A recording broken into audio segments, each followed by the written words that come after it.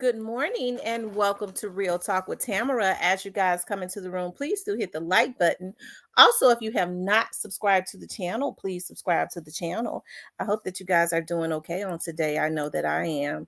I always express the importance of hitting the like button because the like button helps to keep the video and the algorithm okay. So like, share, subscribe, comment, all of those great things. If you find yourself unsubscribed, please resubscribe again until some things are being worked on, okay? Um, but I want to talk about, also if you would like to support the channel, you can definitely support the channel via Cash App, okay? Or Super Thanks. I wanted to talk about Jesse Dotson. Also, please sign up for the membership, the platinum membership. It goes down in the platinum, okay? But I wanted to talk about a man who took out 6 of his family members, appeals the death row conviction, okay? And his surviving family members are speaking out. I can remember when this happened, of course, Jesse Dotson, and it happened, they called it the Lester Street, Murders, right? And it was a big deal. Of course, it was heinous in nature. You know, I was working for the police department at the time that it happened. It was definitely a catastrophe. It was sad. You had investigators that was very emotional, because a little baby was taken out, walking in, seeing all of that. They actually thought the surviving family member, which is the nephew that actually told what happened. They actually, they actually thought that he was unalive too. He played dead, right? And that is how he was able to live. I do believe that there was a sister, a sister that was there. I think the young lady says that she was not there. That was on the news, but we're going to talk about that because I remember that. I do. I remember when it happened. I remember when he went to jail and the things that happened once he was in jail, right? And people kind of went back and forwards. There were a lot of rumors even then as it relates to that, because folks were saying, well, they didn't think that he did that by himself. They didn't believe that. But he's trying to appeal his conviction. But let's listen to what. And now serving time on death row for killing 6 people, including multiple family members and children. Now he's appealing to the Tennessee Supreme Court. Here's WREG's Stacey Jacobson with an update on this case. Convicted murderer Jesse Dotson was not in court today as lawyers representing him made arguments in front of the state Supreme Court. Jesse Dotson versus State of Tennessee. When people are sentenced to death, it begins a long and expensive process called post-conviction relief. Dotson's lawyers, who specialize in the process, have an issue with an earlier decision denying him funding for a mental health evaluation. In my experience in capital cases, this was unheard of that we would deny expert assistance. The state says the previous denial was only because of money and that his rights were not violated. He has no constitutional right to expert assistance in a post-conviction proceeding. But Dotson's attorney says that's restricting his constitutional right to life. And if that was the case, they'd be able to respond. If we were to be told specifically that we were not permitted a mental health expert in this case because there was an absence of funds, we then could have filed a motion or would have filed a motion in a trial court to vacate the death sentence. Instead, he says he doesn't know why they denied the funding, and that's the problem. Justices asked a lot of questions. It'll be up to them to decide whether Dotson can move forward with these evaluations, setting up a potential case for having his death sentence removed. Stacey Jacobson, WREG News Channel 3. Okay. Now, I mean, I guess it's nothing new. You have attorneys that do things of this nature. they look for, as I always say, they look for flaws. You know, they try and poke holes in everything. And of course, with Jesse Dotson case, with it being so big, of course, this would be the opportunity for his attorney. He don't care about him getting out. He's not coming to his neighborhood, but it would make his name even bigger. You know what I mean? He'd be known as the attorney that got Jesse Dotson off. I think there was a preponderance of evidence as it relates to that. And I'm trying to find where Jesse Dotson was on the stand, and he was definitely having um, um, a lot of breakdowns. Okay, he was having a lot of breakdowns when he was on the stand. I know that hold on, you could tell that Jesse was crazy. Okay, but he actually ended up doing an interview. Okay, he ended up doing an interview. But before I get into showing just a little bit of that interview, Jesse Dotson, I'm told was mad at his brother because it is alleged that he went and did time for his brother or something like that. Now that was the rumor. And while he was in jail, allegedly his brother and them, he then put money on his books. They didn't come and see him. His brother allegedly ended up with the girl that he was with. You know, that was just a rumor. People put all types of rumors out. It was never founded. It was never confirmed. But whatever his brother did, it wasn't enough for him to do what he did. Okay, it was not enough. Because what he did was just pure evil. It was pure evil. But let's see if I can find that where Jesse, I think this is it right here. Where he's scheduled. Trying to make me say that I done it. Has she said she forgives you, or has she? Forgive me for what? Have you guys had any conversation about? What is she forgiving me for? You know, you have to been done something to be forgiven, right? Somebody children, why the baby? No, I asked some kids, and he said they saw me. After 2 weeks of heartbreaking testimony and gruesome crime scene photos, it took a jury just 90 minutes to find Dotson guilty. Did you kill your brother? No, ma'am. Did you kill any of the people in that house? No, ma'am. I think it's pretty fair to say that I'll never forget this as long as I live. Broken and bloodied boards believed to have been used to beat the children, one as young as 2 months old, were found in the home. It was a crime scene so heinous it brought even the most seasoned emergency workers to their knees. I could smell the dead body. He turned his head, and the next thing we saw was one of the most horrible things I've ever seen. It was a knife stuck embedded in his skull. You said you confessed to your mother. Yes, ma'am. How do you confess for something that you didn't do? I keep telling you. How many times do I have to tell you? I was threatened. Do I have to keep saying I was threatened? He said, I got something for you. I'm going to throw your ass on that 4th floor, and I'm going to let them kill your. So, yes, I confess. Dotson says he I told y'all they don't survive on the 4th floor. stands by his courtroom testimony that police strong-armed him into confessing. He claims he was hiding under the bed in the home during the murders, but he wouldn't go back through the details of that night, saying his case is on appeals. It was horrifying. But at the same token, what do you want me to do? There was nothing for me to do. You could have called police. Coulda, I didn't. Why? Because that's something personal with me, you know, and that's something that I got to live with. Investigators believe the bodies could have sat in the home for 40 hours before they were discovered. Fox 13 has video showing Dotson at the crime scene the night police were eventually called. What were you thinking then? You were on the scene the night that police showed up here. Well, I already knew what happened. You know, I knew my brother then was dead.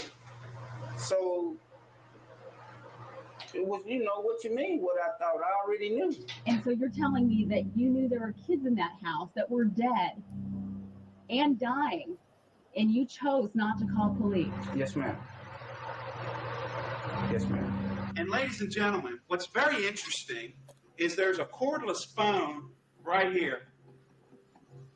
Why didn't he grab it? Because he doesn't call the police? We're not asking you to call the police. Call an ambulance. How about that? You know, a lot of people feel that you're a monster. Well, that's their opinion. You know, people have their opinions. You can't stop people from having their opinions. You know, I think people are monsters too. You know, so hey, it's vice versa. I know I'm not a monster. I don't even know how you would go about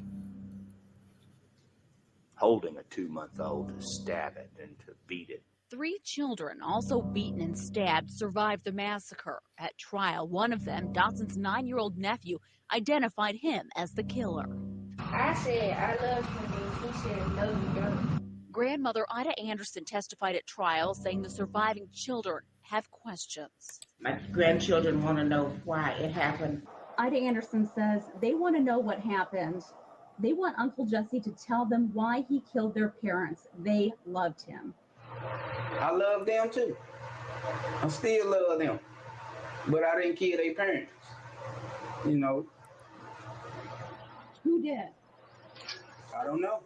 You don't think when CJ was fighting for his life, look at that bathroom, and he didn't hear anything? The jury took 90 minutes to convict you. Mm-hmm. The judge believes you did this. Your family believes you did this. Are there others besides you that don't believe that you did this? I don't know. Okay. That was heinous in nature. And of course, the good thing about it is that that was the time that the first 48 was there also. And it was all recorded on video, you know. So I mean, he says that he was threatening all of that. I don't recall him ever being threatened. But it was definitely heinous in nature. One of the young ladies that worked for the police department also worked part-time for LeBonner, and that's where the surviving victims, I thought she told me that it was 2.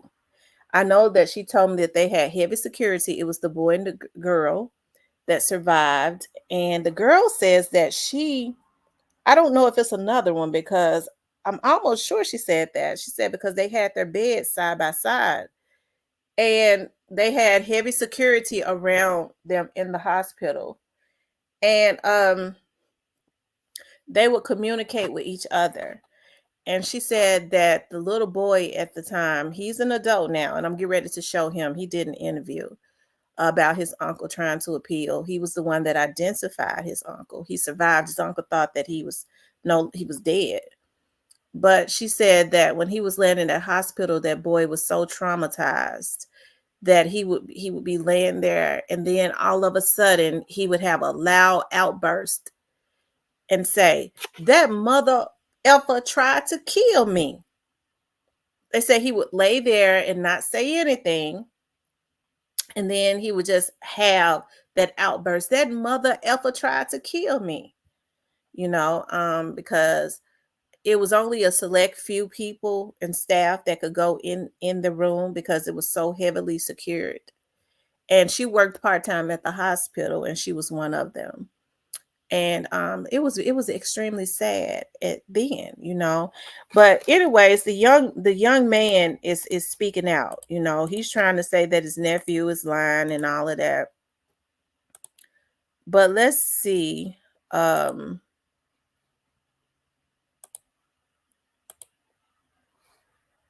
on.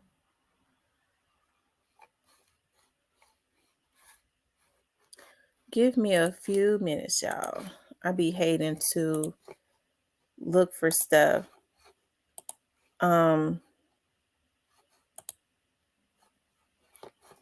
you all on here. I thought I already had it up, but I got it. So let's see here. I got so many screens open. It's ridiculous. This is it right here.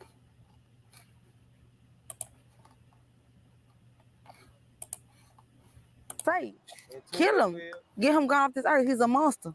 The niece of Jesse Dotson, filled with anger. Dotson is serving time on death row for killing 6 people, including multiple family members and children in 2008. I walked in there. I seen him holding a gun, a revolver.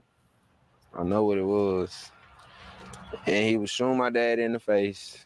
Jesse Dotson's nephew, CJ Dotson, was there. He was only 9 years old at the time. I was his first child victim he started on.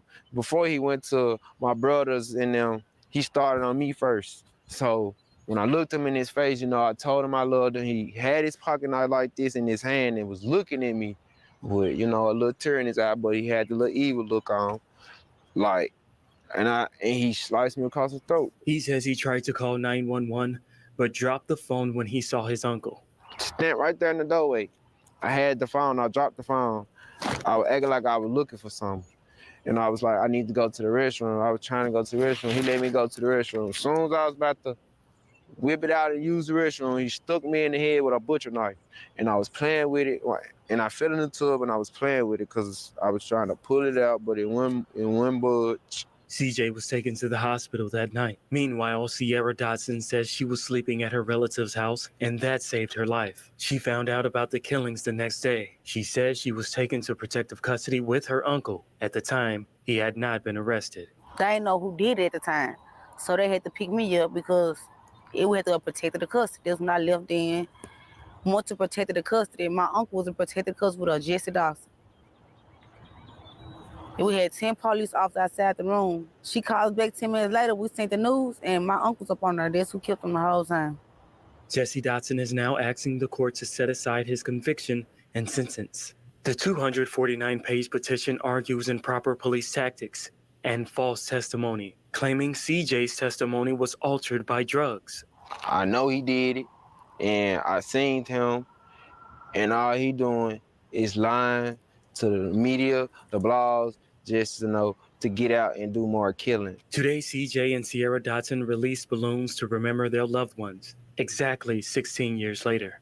Just to let them know that they ain't forgotten. They still here with me. In South Memphis, Alan Self, WR. Wow. Y'all know I'm an emotional person. And like I said, I definitely remember that because I was working at the PD.